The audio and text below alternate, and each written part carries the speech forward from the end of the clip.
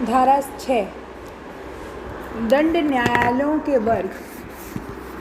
उच्च न्यायालयों और इस संहिता से भिन्न किसी विधि के अधीन गठित न्यायालयों के अतिरिक्त प्रत्येक राज्य में निम्नलिखित वर्गों के दंड न्यायालय होंगे, अर्थात सेशन न्यायालय, प्रथम वर्ग न्यायिक मजिस्ट्रेट और किसी महानगर क्षेत्र में महानगर मजिस्ट्रेट, द्वितीय वर्ग न्यायिक मजिस्ट्रेट और कार्यपालक मजिस्ट्रेट। धारा 8 महानगर क्षेत्र। राज्य सरकार अधिसूचना द्वारा घोषित कर सकेगी। 10 लाख से अधिक वाले क्षेत्र महानगर क्षेत्र होंगे। संहिता के प्रारंभ से बम्बई, कोलकाता एवं मद्रास साथ ही घोषणा अनुसार अहमदाबाद महानगर घोषित समझे जाएंगे। धारा 24 लोक अभियोजक। प्रत्येक उच्च न्यायालय के लिए केंद्र या राज्य सरकार उस उच्च न्यायालय से परामर्श के बाद राज्य या केंद्र सरकार की ओर से संचालन के लिए एक लोक अभियोजक नियुक्त करेगी। धारा 25 सहायक लोक अभियोजक। राज्य सरकार प्रत्येक जिले में मजिस्ट्रेटों के लिए न्यायालयों में अभियोजन का संचालन करने के लिए एक या अधिक सहायक लोक अभियोजक नियुक्त करेगी। धारा 25 क अभियोजन निदेशालय। राज्य सरकार का एक अभियोजन निदेशालय स्थापित कर सकती है जिसमें एक अभियोजन निदेशक और उतने अभियोजन उप निदेशक होंगे जितने वह ठीक समझे। कोई व्यक्ति अभियोजन निदेशक या उप अभियोजन निदेशक के रूप में नियुक्ति के लिए तभी पात्र होगा यदि वह अधिवक्ता के रूप में न्यूनतम 10 वर्ष व्यवसायरत रहा है और ऐसी नियुक्ति उच्च न्यायालय के मुख्य न्यायाधीश की सहमति से ही की जाएगी। दंड प्रक्रिया संहिता संशोधन अधिनियम 2005 की धारा 4 द्वारा अंतः स्थापित 23/6/2006 से प्रभावी। धारा 26 न्यायालय जिनके द्वारा अपराध विचारणीय है। भारतीय दंड संहिता 1860 का 45 के अधीन किसी अपराध का विचारण नंबर 1 उच्च न्यायालय द्वारा किया जा सकता है या सेशन न्यायालय द्वारा किया जा सकता है या किसी ऐसे अन्य न्यायालय द्वारा किया जा सकता है जिसके द्वारा उसका विचारणीय होना प्रथम अनुसूची में दर्शित किया गया है। परंतु यह है कि भारतीय दंड संहिता की धारा 376 एवं धारा 376 का से 376 घ के अंतर्गत किसी भी अपराध का विचारण यथाशक्य ऐसे न्यायालय द्वारा किया जाएगा जिसकी पीठासीन कोई स्त्री हो। नंबर 2 किसी अन्य विधि के अधीन किसी अपराध का विचारण जब उस विधि में इस निमित्त कोई न्यायालय उल्लिखित है तब उस न्यायालय द्वारा किया जाएगा और जब कोई न्यायालय इस प्रकार उल्लिखित नहीं है तब उच्च न्यायालय द्वारा किया जा सकता है या किसी अन्य ऐसे न्यायालय द्वारा किया जा सकता है जिसके द्वारा उसका विचारणीय होना प्रथम अनुसूचित में दर्शित किया गया है। धारा 28 दंडादेश जो उच्च न्यायालय और सेशन न्यायालय दे सकेंगे। नंबर 1 उच्च न्यायालय विधि द्वारा प्राधिकृत कोई दंडादेश दे सकता है। नंबर 2 सेशन न्यायाधीश या अपर सेशन न्यायाधीश विधि द्वारा प्राधिकृत कोई भी दंडादेश दे सकता है किंतु उसके द्वारा दिए गए मृत्यु दंडादेश के उच्च न्यायालय द्वारा पुष्टि किए जाने की आवश्यकता होगी। नंबर 3 सहायक सेशन न्यायाधीश मृत्यु या आजीवन कारावास या 10 वर्ष से अधिक की अवधि के लिए कारावास के दंडादेश के सिवाय कोई ऐसा दंडादेश दे सकता है जो विधि द्वारा प्राधिकृत है। धारा 29 दंडादेश जो मजिस्ट्रेट दे सकेंगे। मुख्य न्यायिक मजिस्ट्रेट का न्यायालय मृत्यु या आजीवन कारावास या 7 वर्ष से अधिक की अवधि के लिए कारावास के दंडादेश के सिवाय कोई ऐसा दंडादेश दे सकता है जो विधि द्वारा प्राधिकृत है।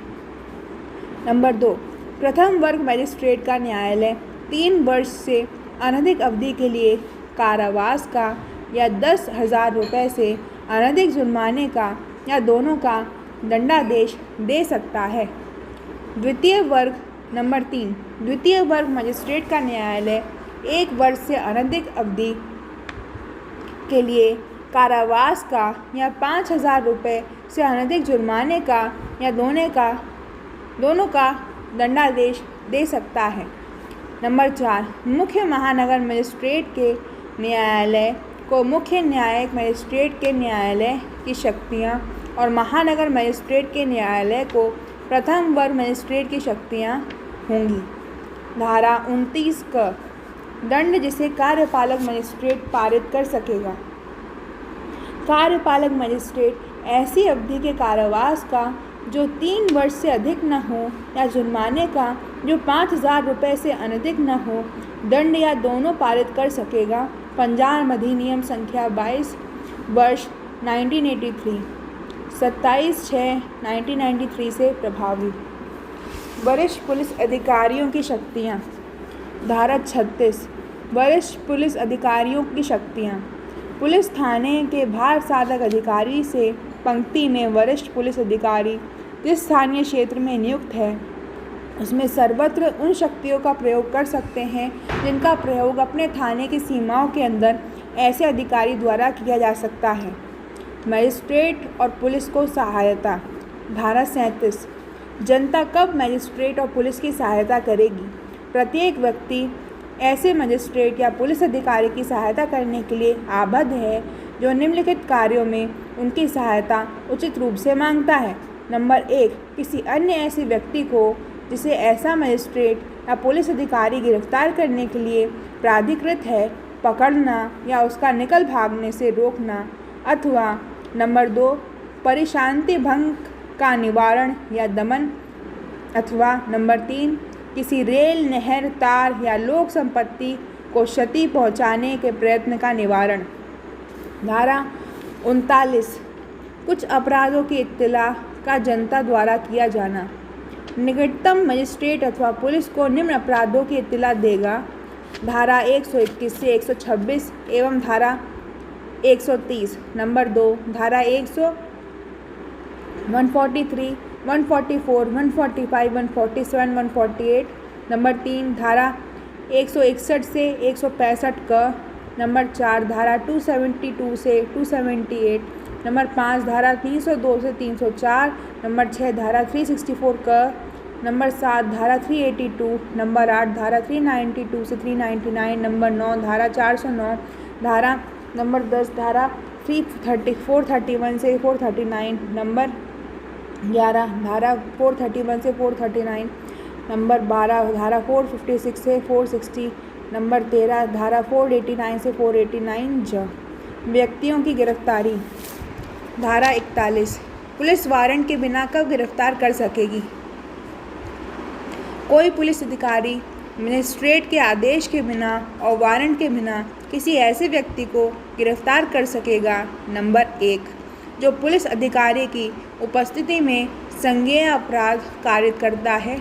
नंबर 2, जिसके विरुद्ध कोई ऐसा परिवाद किया गया है या विश्वसनीय सूचना प्राप्त की गई है या यह युक्तियुक्त संदेह विद्यमान है कि उसने ऐसी अवधि के कारावास से दंडनीय संज्ञेय अपराध कारित किया है जो 7 वर्ष से कम है या जो 7 वर्ष तक का हो सकता है, चाहे जुर्माने सहित या रहित, निम्न शर्तों का समाधान कर दिया जाए। नंबर 1, पुलिस अधिकारी का ऐसे परिवाद। फर्स्ट, पुलिस अधिकारी का ऐसे परिवाद सूचना या संदेह के आधार पर या विश्वास का कारण है कि ऐसे व्यक्ति ने उक्त अपराध किया है। सेकंड, पुलिस अपराधी का समाधान हो जाता है कि ऐसी गिरफ्तारी निम्न प्रयोजनों के लिए आवश्यक है। क, ऐसे व्यक्ति को कोई अग्रेतर अपराध रोकने के लिए। ख, अपराध का उचित अन्वेषण करने के लिए।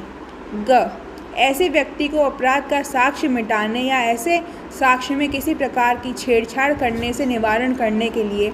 घ, ऐसे व्यक्ति को मामले के तथ्यों से परिचित किसी व्यक्ति को उत्प्रेरित करने, धमकी देने अथवा वचन देने से निवारण करने के लिए, ताकि उसे न्यायालय या पुलिस अधिकारी के समक्ष ऐसे तथ्य को प्रकट करने से विमुख किया जा सके।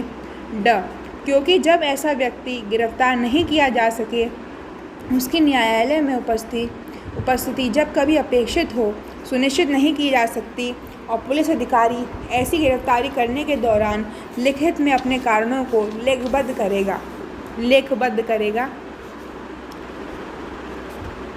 थर्ड, जिसके विरुद्ध यह विश्वसनीय सूचना प्राप्त हो चुकी है कि उसने ऐसा संज्ञेय अपराध कारित किया है जो ऐसी अवधि के कारावास से दंडनीय है, जो 7 वर्ष से अधिक जुर्माना सहित रहित या मृत्युदंड तक हो सकती है, और पुलिस अधिकारी का ऐसी सूचना के आधार पर यह विश्वास करने का कारण है कि ऐसे व्यक्ति ने उक्त अपराध किया है। फोर्थ, जो या तो इस संहिता के अधीन या राज्य सरकार के द्वारा अपराधी उद्घोषित किया जा चुका है। फिफ्थ, उसके कब्जे में जो वस्तु पाई जाती है उसके बारे में संदेह है कि वह चुराई गई है। सिक्स्थ, जो पुलिस अधिकारी को उस समय बाधा पहुंचाता है जब कर्तव्य कर रहा है या अभिरक्षा से निकल भागा है। सेवेंथ, जिस पर संघ के सशस्त्र बलों में से किसी का अभित्याजक होने का उचित संदेह है। एट्थ, जो भारत से बाहर कृत कार्य जो यदि भारत में किया जाता तब दंडनीय होता और प्रत्यर्पण विधि के अधीन है। नाइन्थ, जो छोड़ा गया सिद्ध दोष होते हुए धारा 356(5) के अधीन बनाए गए नियम को भंग करता है। 10th, जिसकी गिरफ्तारी के लिए अन्य पुलिस अधिकारी से लिखित या मौखिक अध्यापेक्षा प्राप्त हो चुकी है।